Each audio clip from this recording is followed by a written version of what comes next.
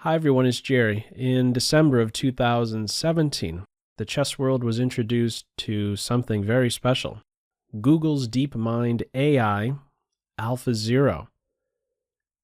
With that came the release of 10 games played between AlphaZero and Stockfish 8, at the time the world's very best chess engine.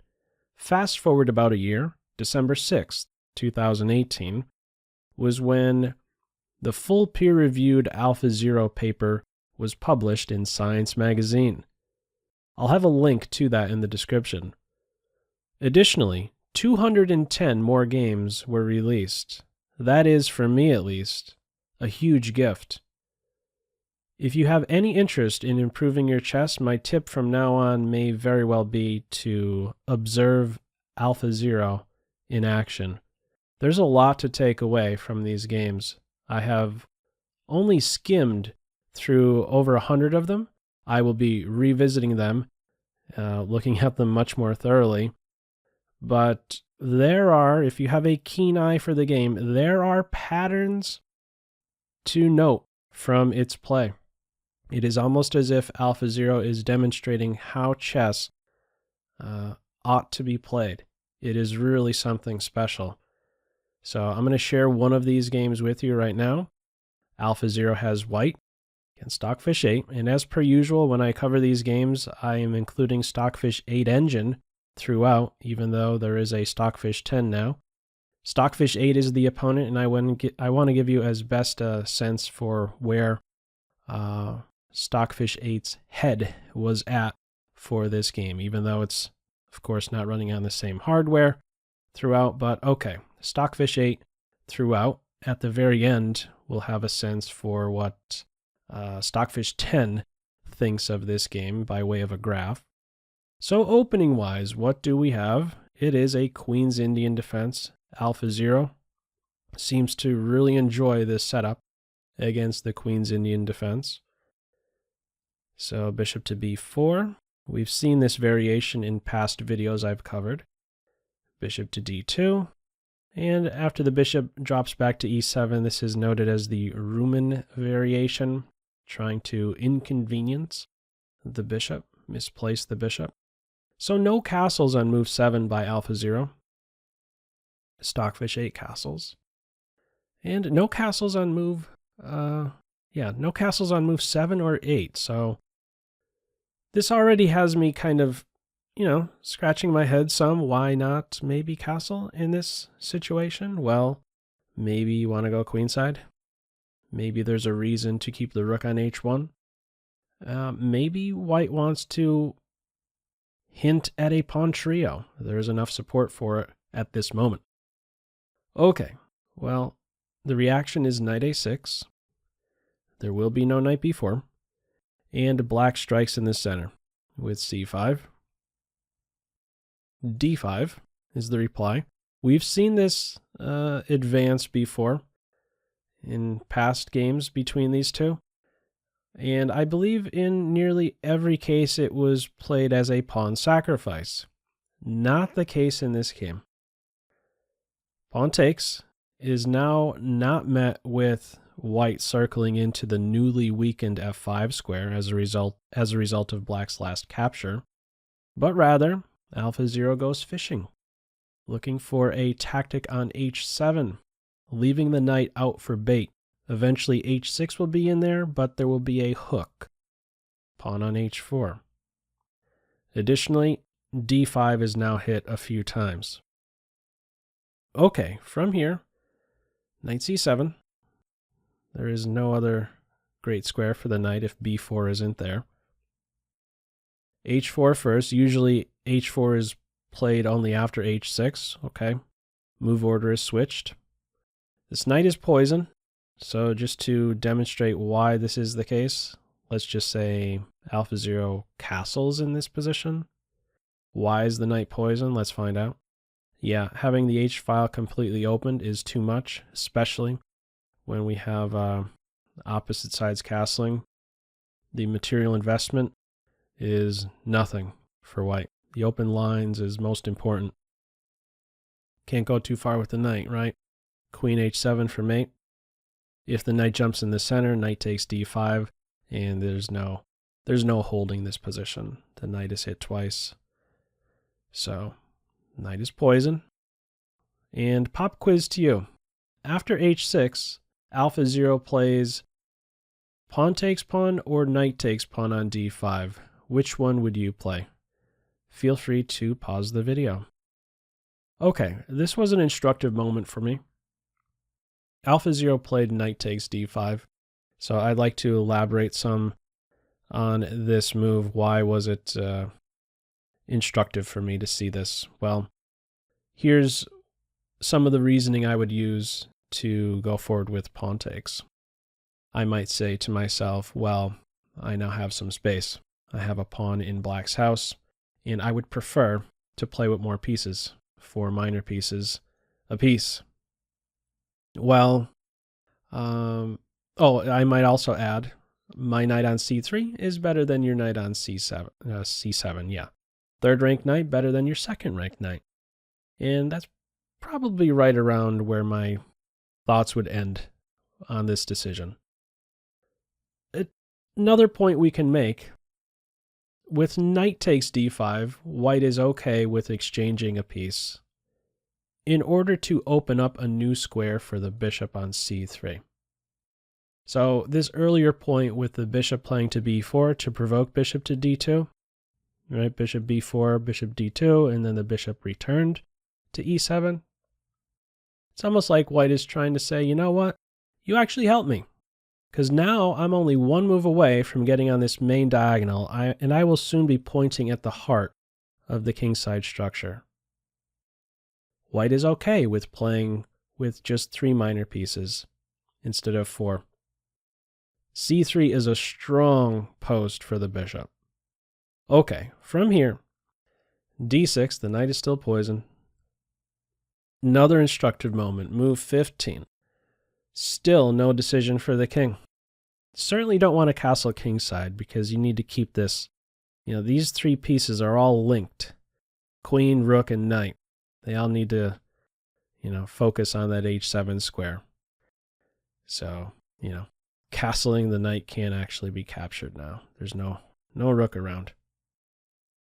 Why is a4 instructive to me? Well, for one, it is looking to restrict black's majority. There will be no quick b5 in this position. If white immediately goes to c3, okay, at some point I believe black will be nearby with b5 and maybe b4, disrupting the bishop's post on c3, maybe kicking it off of the diagonal, the main diagonal. What I like about a4 is that it not only restricts black in some way, but maybe hints at a rook lift. A rook a3 swinging over to the king side? Who knows? The weakened square, b4, as a result of this last move, that's not something that could be taken advantage of, right? If there was a knight that was able to get to that square, I would think twice about playing a4, but it is simply not the case here. So no great downside with a4. Flexible, keeping options open. No quick bishop c3. Maybe the bishop would be in the way of that little rook maneuver. Just throwing some things out there, trying to note some differences with the moves and the move order. Okay, in this game, a4 on board, queen d7, bishop c3 only now. This is played with a threat. Knock out the knight, sweep in there for mate. There's only one defender there on h7. So how does black parry this? Rook to e8. This is an instructive moment. Nice way to organize the pieces. This is clearing a square for the king to run. Should the knight be captured now, and then the queen sweeps in here, the king can step here. And if white goes deep, white is going to be in deep trouble here, right? The queen is hit and the knight is hit. Black would go on to win. The king will slip away. The knight will be lost. So no bishop takes knight here. This is a good defense. No pawn advances. Is this going to be bad? Also, no, yeah, the knight could even jump into e6. Pawn takes knight, queen takes pawn. Okay, so in the game, rook to e8, rook f to e8. Queenside castles only now. No b5 in this position. It is being suggested right now, b5. The move played in the game is bishop to d8. Let's have a quick look at b5 and how play might develop after this capture and queen captures. White can continue with suggesting g4, possibly hinting at a capture and then a quick g5. That may not be long off. So let's say rook to b8. Yeah, there is a knight takes f7 and then a g5 advance. This knight is basically the glue for black's kingside. So, okay, from here, bishop to d8. e4, I think given time, white is ready to launch a bunch of pawns on the king side. This is a majority, 5 versus 4. And f4, e5, give the knight a kick. Sweep in for queen h7. Knight g4 in this position. Now, after e4 was played, the queen is not observing h7. Is this a moment where the knight can be captured? No, it's still not a point that it can be captured because look at this position. This beautiful quark grip kills at least 3 of the black pieces. And being down a knight, well, how valuable is that knight anyhow on h7? The open file outweighs this knight. e5 is nearby. You can see a doubling on the h file. It's going to turn out very bad for Team Black. So it's still poison. Knight g4 in the game. Bishop h3. The knight is captured now. Materials picked back up, taking advantage of this pin with f3. f5, takes, and now a reposition of the bishop, eyeing up a skewer. And, well, black does well not to defend against bishop to b4 with a6, because having this line open up will be too much. This king is running way short on squares. So g takes h4. The bishop is around to watch over this square, so the rook is not able to see these points in black's camp. Bishop b5, that is a skewer, but we do not have this win of the rook. Keep in mind, this is Alpha 0, just knows the rules of the game, learning from experience, self-play, and so doesn't know bishop is worth 3, rook is worth 5. Piece play. Seeing the bishop as maybe a bit more valuable than the rook in this position, goes for something else, better things to do. G takes h4. This pawn lives and maybe at some stage can be a battering ram against the king side, getting in a pawn break h6, extending the scope of the bishop. Now, in this position, bishop f6 was played. I want to have a look at one variation here. Suppose the rook is saved. Suppose rook f8 is played. How might play continue? What we can have is rook d to g1, looking to track down this pawn and key in on the g7 square. And if it is defended with bishop to c8, well, now this rook is that much further off from contributing to the king side, which is where the action is going to take place at this stage. So play can follow. Let me just put some variation in there. The king can get pulled out, checked, and the center starts to collapse with e5. And yeah, you really start to see the bishops knifing in. I believe no, not bishop c6 straight away. Queen to e4. And after bishop to f6, there's d6 with an attack against the rook. This is too much for black to parry. This pawn is running really fast. How much further do we go here? Check, king to h8, and you can already promote here. We're getting really fancy, right? Bishop takes queen, game over. Rook takes queen, thank you for the bishop. It can collapse really fast. There is a pawn break, and that d pawn can run. So, in the game, we have bishop to f6, rook to f1. I really can't wrap my head around the reason behind rook on h to f1 versus rook d to f1. I can't assign a good reason for that. It's not to say that there isn't one, it's just I can't really put my finger on that one. What follows is rook to f8. Bishop takes bishop, pawn takes, so the king is that much more vulnerable now. Less pawn defense, and the rook is inactive now, just staring at its own pawn on a closed file, we can say.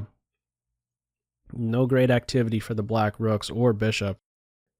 And yeah, black is only playing on 2 ranks in this position, and it's very difficult to defend g4 overextended, and soon it will fall. So queen g7, bishop to e2, and queen to h5. If black tries to hang on to this pawn, that's not really hanging on to the pawn because you can capture straight away with rook to g1, and the bishop will be won next. White is crashing through on the g file. So, queen h6, white doubles, g3, that pawn is hunted. No good way to save it. g2, still queen g3 with check, picking the pawn up next. So the king gets on the h file, tries to hide behind this pawn. Queen takes g3, and now the focus is just on consolidating some. First e4, tucking the king away. Plenty of time to make these tidying up type of moves. King safety. Yeah, there's no getting at the white king in this position. Bishop d7. Instructive moment. I think white could go ahead and crash through on f6 right now, but there is no rush. In the game, we have h5. If white goes forward with this, let's just have a look at this variation. In the end, there's bishop takes a4, and if rook takes d6, there's c4, and black will be winning the e pawn. Right, bishop takes c4, there's rook takes e4, and if bishop c2, we exchange bishops and go here. This is still apparently very good for white, but white wants to basically get these 2 pawns and hang on to these 2 guys in the center, have 2 connected passed pawns. So in the game we have h5, a pawn that is poison. Right, rook h4 would hit with the skewer. Also, if bishop takes a4 in this position, we have the cool move e5. Right, this pawn is ready to be passed, and the bishop is hit. So no bishop takes a4. A very passive move, rook to f8. If either rook moves, then this pawn could fall next. Bishop to c2, everything is defended. The bishop is now on a protected square. Perfect coordination here by white, and black is basically in Zugzwang. What do you do here? In the game, bishop to e8 is played. We have rook to f3, basically a little waiting move, and black is going to have to give up a pawn shortly. Doing something else at this stage, let's say after rook to f3, rook e7 was played. If the bishop returns to this square, white can focus on the g6 square now. Rook g3 into g6. So that's going to be a problem. The bishop on e8 is there to watch over that square. So in this game, the rook backing up to f3, rook to e7.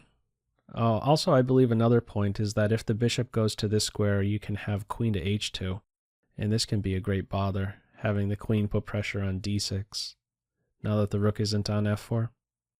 Okay, well in this game, rook e7 is played, and only at this point does white go ahead and crash through, capturing on f6. And we have this ending where white is simply going to keep 2 connected passed pawns. We know how valuable they can be. At this point, it's only a matter of improving the king and pushing the passed pawn. So let's see how that plays out. Breaking down the structure on the queen side. Yeah, if this pawn lives, it gets to a6, and that a pawn will fall, and that guy will run fast. So b takes a5, King d2.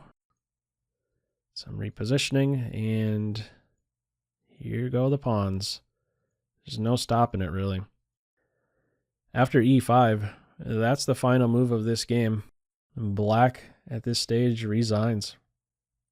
No good solution here. The threat is to play e6, e7, and then promote. Right? If here, this is hitting with tempo. This would not be a solution for black. There is no draw here. It would be a draw if you could, let's say, exchange this last pawn, but you're not getting that last pawn. All these pawns will soon fall. Some other variation that interferes with e6 and e7. Let's say bishop to b3. You can take a pawn, for starters, or immediately go in for this. Who cares about the a-pawn? This is a pretty serious threat. Rook d8 and bishop to f5. This is a cool sequence.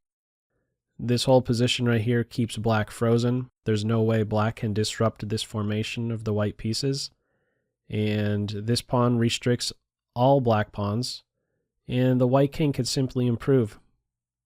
So just playing out some moves here. How might play continue? Black could only shuffle at this point. Maybe push. Once the king is here, there's a pretty serious threat. Black has to try something fancy like that and run. Rook takes here is threatening mate. This is threatening mate. It can only be parried in so many ways. Bishop takes pawn. And white would go on to win this position. Something like this. And eventually, you push through. Plenty of ways to do it, though, but I thought that was a neat little way to tie black down. Put the rook on c8 and a little diagonal of pieces there. But e5 in this one is the final move of this game, and Stockfish resigns. This is when the game was. This game ended after move 49. An instructive one, another game out of a Queen's Indian, but a little bit different there. That knight h4 move, no. We had a fishing pole in this one with knight to g5. That caused some compromises in black structure, and they were eventually exploited, those weaknesses. So let's have a look at the tail to tape on this one. And once more, we have this here as Stockfish 10. Now, this is the evaluation. At the moment, Stockfish 10 is the world's best at the time of this upload. This is what it had to say throughout for this game. And yeah, certainly some instructive moments for this game. The knight d5 capture early on for me, playing with 3 minor pieces, was instructive, having that c3 square and also that a4 move. Right, not being too quick to commit the king in that position type. Interesting play, to be sure. At the end of the day, inaccuracies 1 for AlphaZero. Where does it consider there's an inaccuracy? Oh, right here, where it's basically already winning. H5 was played probably at that moment where you could crash through on F6. But there was some tidying up type of moves played before crashing through there. Stockfish 8 apparently has 4 inaccuracies, 3 mistakes, 14 average centi pawn loss considered for AlphaZero, and 24 for Stockfish 8. Stockfish, the fishing pole is too strong.